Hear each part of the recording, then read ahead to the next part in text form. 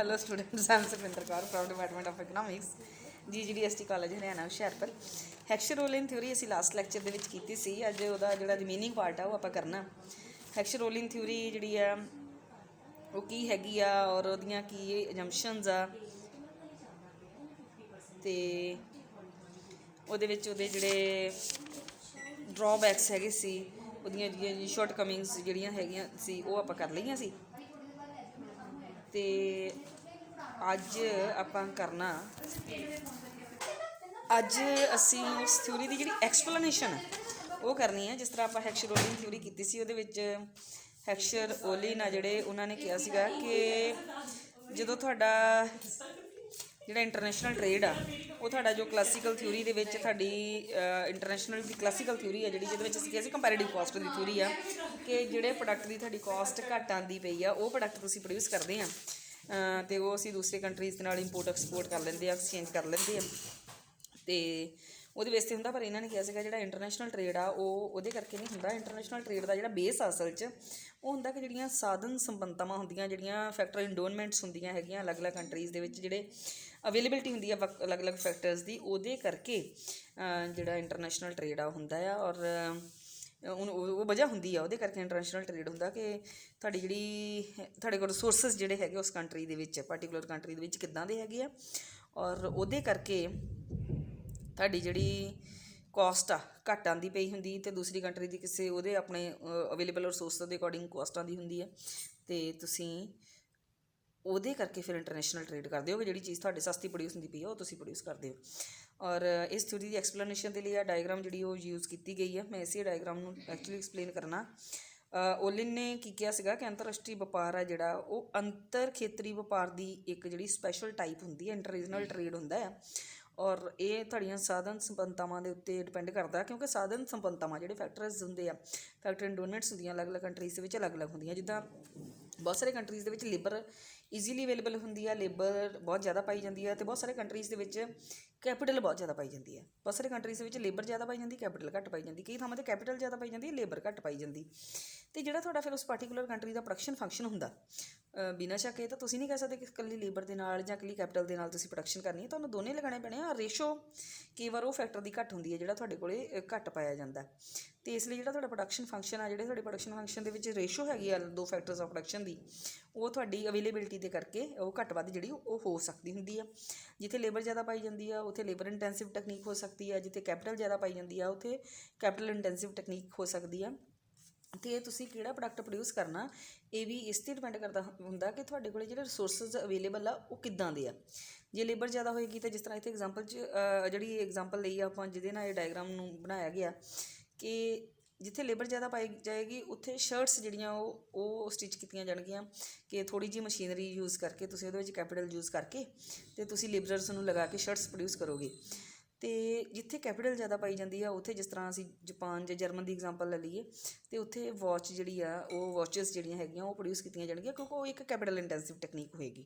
ਅਤੇ ਮੀਨਸ ਜਿਹੜੇ ਤੁਹਾਡੇ ਕੋਲ ਅਵੇਲੇਬਲ ਰਿਸੋਰਸਿਸ ਆ, ਤੁਹਾਡੀ ਜਿਹੜੀ ਪ੍ਰੋਡਕਸ਼ਨ ਆ ਉਹਨਾਂ ਦੇ ਕਰਕੇ ਉਹਨਾਂ 'ਤੇ ਡਿਪੈਂਡ ਕਰਦੀ ਹੁੰਦੀ ਆ ਕਿ ਕਿਸ ਤਰ੍ਹਾਂ ਦੀ ਹੋਏਗੀ। ਫਿਰ ਕਿਉਂਕਿ ਉਹ ਰਿਸੋਰਸਿਸ ਤੁਹਾਨੂੰ ਈਜ਼ੀਲੀ ਅਵੇਲੇਬਲ ਹੁੰਦੇ ਆ, ਉਹਦੇ ਵਿੱਚ ਤੁਹਾਡੀ ਜਿਹੜੀ ਕਾਸਟ ਆਫ ਪ੍ਰੋਡਕਸ਼ਨ ਆ ਉਹ ਘੱਟ ਆਉਂਦੀ ਹੁੰਦੀ ਆ। ਅਤੇ ਦੂਸਰੀ ਕੰਟਰੀ ਦੇ ਵਿੱਚ ਉਹੀ ਪ੍ਰੋਡਕਟ ਜੇ ਪ੍ਰੋਡਿਊਸ ਕੀਤਾ ਜਾਏਗਾ ਤਾਂ ਉਹਦੇ ਲਈ ਉਹਦੀ ਕਾਸਟ ਆਫ ਪ੍ਰੋਡਕਸ਼ਨ ਵੱਧ ਜਾਏਗੀ।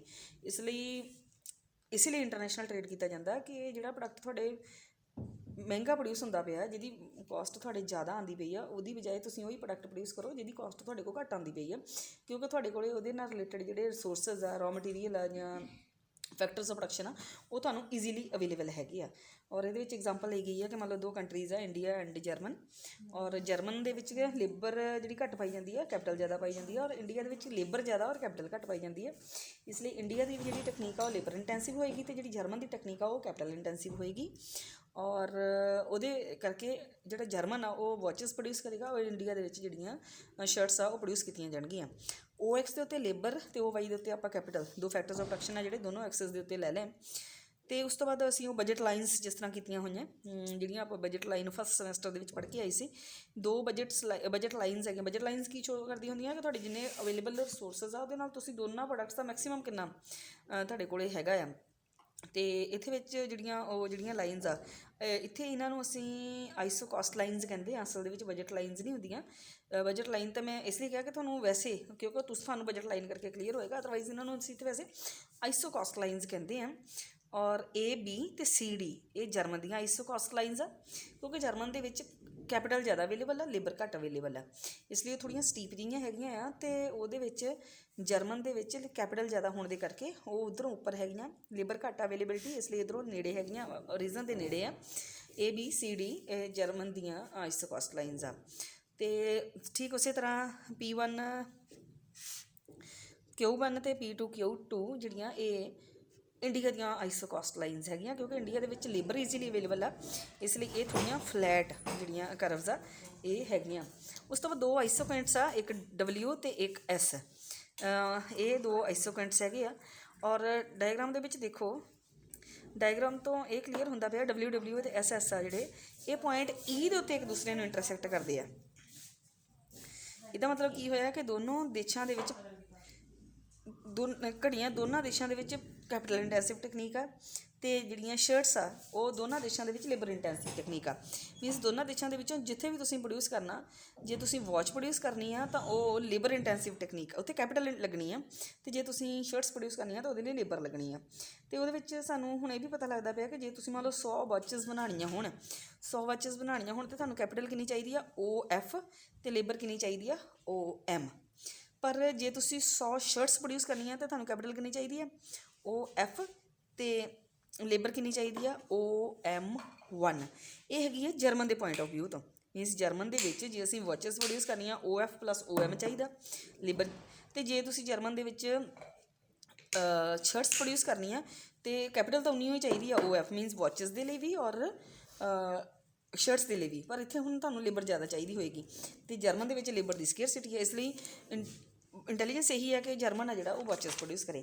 ਹੁਣ ਇੰਡੀਆ ਦੇ ਪੁਆਇੰਟ ਆਫ ਵਿਊ ਤੋਂ ਜੇ ਤੁਸੀਂ ਦੇਖੋ, ਅਤੇ ਜੇ ਇੰਡੀਆ ਨੇ 100 ਵਾਚਿਸ ਪ੍ਰੋਡਿਊਸ ਕਰਨੀਆਂ ਹੋਣ ਤਾਂ ਇੰਡੀਆ ਨੂੰ ਕੈਪੀਟਲ ਕਿੰਨੀ ਚਾਹੀਦੀ ਆ, ON, ਅਤੇ ਲੇਬਰ ਕਿੰਨੀ ਚਾਹੀਦੀ ਆ, OG।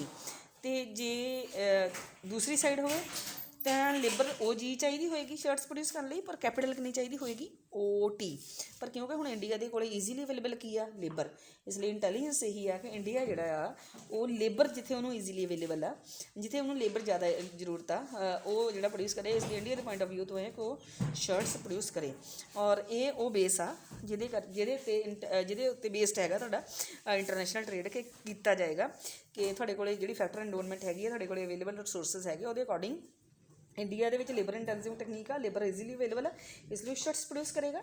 ਔਰ ਜਰਮਨ ਦੇ ਵਿੱਚ ਕੈਪੀਟਲ ਇੰਟੈਂਸਿਵ ਟੈਕਨੀਕਸ ਆ, ਉੱਥੇ ਕੈਪੀਟਲ ਈਜ਼ੀਲੀ ਅਵੇਲੇਬਲ ਆ, ਇਸ ਲਈ ਉਹ ਜਿਹੜਾ ਵਾਚਿਸ ਨੂੰ ਪ੍ਰੋਡਿਊਸ ਕਰੇਗਾ। ਇਹ ਸੀ ਇਹਦੀ ਐਕਸਪਲੇਨੇਸ਼ਨ। ਇਹਦਾ ਅੱਗੇ ਕ੍ਰਿਟਿਸਿਜ਼ਮ ਜਿਹੜਾ ਉਹ ਅਸੀਂ ਲਾਸਟ ਲੈਕਚਰ ਦੇ ਵਿੱਚ ਪਹਿਲਾਂ ਹੀ ਕਰ ਚੁੱਕੇ ਹਾਂ। ਇਸ ਦੇ ਨਾਲ ਇਹ ਕੰਸੈਪਟ ਜਿਹੜਾ ਕੰਪਲੀਟ ਹੁੰਦਾ ਹੈ। ਨੈਕਸਟ ਟੌਪਿਕ ਆਪਾਂ ਕੱਲ੍ਹ ਦੇ ਲੈਕਚਰ 'ਚ ਕਰਾਂਗੇ। Thank you so much.